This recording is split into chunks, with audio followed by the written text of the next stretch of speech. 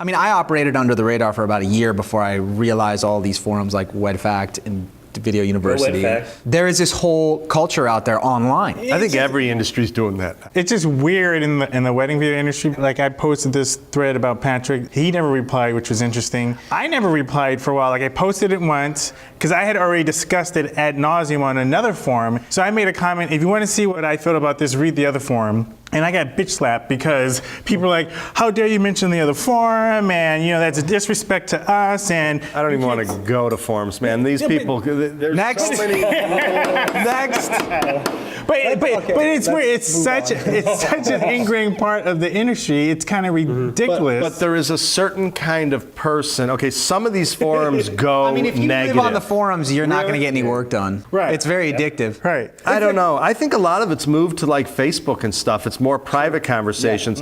Like the forums used to be one of the biggest referrers to our website, and now they're way down the list. Things like Facebook and blogs. I have individual bloggers that who are much higher up than DVX User, DV Infonet, or these different I think we forums. took a page out of the photographer's book on the blogs because they started that whole tradition. Well, yeah, no, the blogging thing Very is personal, right. like here's my experience, and I think people do want to connect with the person they hire. I've been taking far fewer clients who use a planner because it's very at arm's length. So the blogging, Facebook, it's a much more personal. Well, and especially, I mean, with us, half of our weddings are out of the country, so we don't even get to meet these couples until right before the wedding. So you have to have. How different is your experience when you meet the couple than when you don't? We really try and take time to go out to dinner with them before their wedding. We spend a lot of time trying to read into their emails and our phone calls and everything else so that we have an idea of what they're like. So we'll get there and we get a chance to actually meet them ahead of time. And it's the day before the wedding, which is very different than most other cases. All of our advertising and marketing to half of our business is only our website and blog and whatever people say on the forums. We don't get a chance to have them into our studio. Most of our couples we don't even talk to on the phone. They will email us and it's all through that. It's a completely different way of doing business when you don't have that in person. With all the travel that you're doing, do you find that going to a new place and seeing a new culture, it inspires you, or do you prefer to shoot a venue the second, third, fourth time? Absolutely, we like to keep it original. I think that every film we do, we try and make original and unique to the couple. I mean, when you get that question, like, have you shot here before? You almost want to say, well, it's better if I hadn't. That's exactly what we say. Do we want to talk about copywritten music? Because I honestly have a bone to pick because I really feel like people are lazy with their song selection because they can choose whatever they want or they feel that they can. I mean, this is terrible that we're using this stuff, but there's a gray area. Part of what I always try to do is I don't want to take it for granted that I can choose whatever I want, but I would like to at least impose the idea that it's somehow original or that it is somewhat unrecognizable when I'm choosing a song. Well, I think a lot of people also don't realize that there's a ton of small artists that if you give them a call, they're happy to let you use your music. It's completely legal. But again, it comes down to laziness. People don't want to do hours of research to find somebody who's got good music and is okay But with most people aren't being paid to do hours of research to find that. But you usually have to invest in yourself before you can charge it, right? I mean, we started doing that first. There will always be the guy who just wants to do a quick turnaround, not have a backlog. Yeah, we're not talking about that today. And there's nothing wrong with that guy. But we have this in our industry. We have this argument that people come back and they say, we don't want to spend hours looking for an original song. We just want to get our work done, make money, pay the bills. I got a question. And there's nothing wrong with that. No, there's not. And this really goes to you because you're sort of involved in these organizations. Right. Why isn't Weeva or somebody getting an ASCAP BMI license? Because it's not that easy. Because it's not ASCAP doesn't control that. So far, we hadn't had to. We hadn't had to.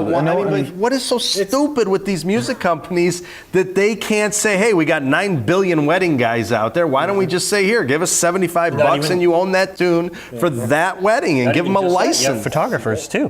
Photographers are using it for slideshows and everything else. I don't understand. I mean, that's why these companies are faltering because they don't have any business sense. Other countries have been able to do it. I mean, Australia has one. Yeah, I heard about that. The UK has something like that. So For a popular song. for popular songs where you can legally use a song, get a sync license to use it in a wedding, and it's completely legal. And what does it cost you, like $100 or something? I have no idea, but it's something that you could easily amortize over all the weddings you do. Well, sure. No, I mean, But some reason here in the United States, it can't be done. The country that created the film industry can't come up with an idea of how to create a sync license that small users that's nuts. That's just nuts. But let's not waste our time. Too much legal stuff. Yeah. Well, your music, it's Indian music, I guess. But it's Sony BMG. gee, I mean, it's like, still pretty big. Same thing. Yeah. Okay. Right. It's probably bigger. The audience is way bigger. I mean, no, maybe the audience who's listening to that music in India is bigger than the one here. I mean, A.R. Rahman just won an Oscar. You know what? I say that's the music business's job to get that together because they know this is going down. Yeah. They know it. There isn't a wedding in the history of man that does not have a popular song in it. And you notice things are starting to come down. It hasn't touched Vimeo yet, but YouTube, and it's starting to, and Facebook. You can't keep a video on Facebook for more than a day. Yeah, you have to work around it. The only thing I'm always imploring people to do is make it seem like it's a special thing that you get a unique song. I mean, why have the same Celine Dion song that every other wedding film? Kevin loves Celine. I listen to it in the car. But I'm saying if your pitch to the client is that you're going to have a song that no other wedding video is going to have, because we're picking this artist, like you said, that no one's heard about. I think it's a great idea. I think it's. And you know what? I think that's a huge part of our branding and being original. And you got this whole indie music market, and these guys would be thrilled to have a song. And we had a groom call us about his same day last week, and he said, "My friends just got married. They used this song and this song and this song. So I want to make sure you're not going to use them." And I said, "We will never use anything you've heard before. It's going to be completely original to you." And when I got off the phone with him, he was like, "Oh my God, these guys are so cool." And you know, like it was really special. And you need to create that experience. You can't just go. I changed my voice. I'm sorry. But one of the problems is that a bride is going to say, "But I have to have the song that we heard the first night." That we kissed or whatever, and so you have that going on. It may not be your clients, but I would say a majority of wedding clients. I think you tell them use that in your performance when at the wedding, and leave the video making to me. And I think that comes down to the videographer and the cinematographer. They are hiring us because of our vision and our art. And so I'm not going to hire you and tell you how to do your job. Not if it's an art, right? The trust is implicit. And that's the thing. I want them to know that while I would love to have your input and I want you to be happy and I want you to Thank you for your participation. But at the end of the day, you're not going to hire a painter or a sculptor and just be looking over their shoulder. People do it, man. People do it. But I mean, we always say to our couples, I mean, I can use your selection if you want, but what if that means that your piece is not fully realized? It can't be what it was going to be. And right away, they back off. Well, it's the sales, how you sell it. Do you ever have to change anything because of music selection that your client didn't like? No, but we're like Kevin. We go to dinner with them, we get to know them, and we do choose things that they're going to connect with. Okay. It's original, but they're still going to connect with it. So we're not just kind of pulling it out of nowhere and think it's good. Let's talk about money. All right. Oh, Kevin, you got to leave the table. Bye. See you guys. Well, your mics. What I think is really interesting about your concepts is right now you're kind of doing them, like I said before, with a skeleton crew, right? Right. And you're putting a ton of time in the front end. You're shooting them in 3-4 days, which is insane if you've seen them. And you're pulling off an incredible film, but you probably can't keep going like that.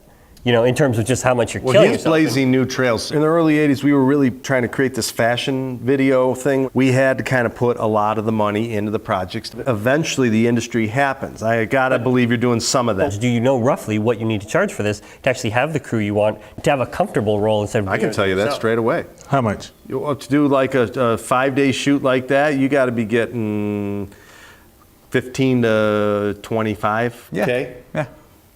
I mean, it's like any other production. No, but okay, so here's the argument though. $15,000, you can do a wedding for that. I'll show up and shoot for one day, and I'll get to know you, and I'll put a lot into that. Yeah, but he likes what he's doing. Yeah, that's the thing. I mean, I'm a filmmaker first, entrepreneur, businessman second. I mean, I got into this, my personal journey was one of, trying to do the Hollywood thing, being disappointed with everything, and getting like a 9-to-5 and just hating it, and knowing that I needed to get into a field where I'm making films and making money. So for me, I really enjoy the process. I mean, it's a lot of hard work, but it's something that I want to do. But are you not getting around 15 now?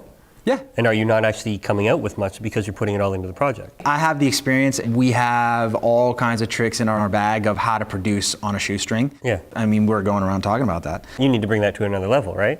Well, we're going there. But what is that? Because he's saying 15, but I don't think you could keep doing it. So, like, what does a $100,000 wedding video look like? What does a $100,000 concept look like? Okay, I'll That's tell you all. what that looks like. It looks like exactly what you just made with the butterflies, I should with hope I have. $75,000 of profit. That's what it looks like. Well, hey, And someone is going to see that thing.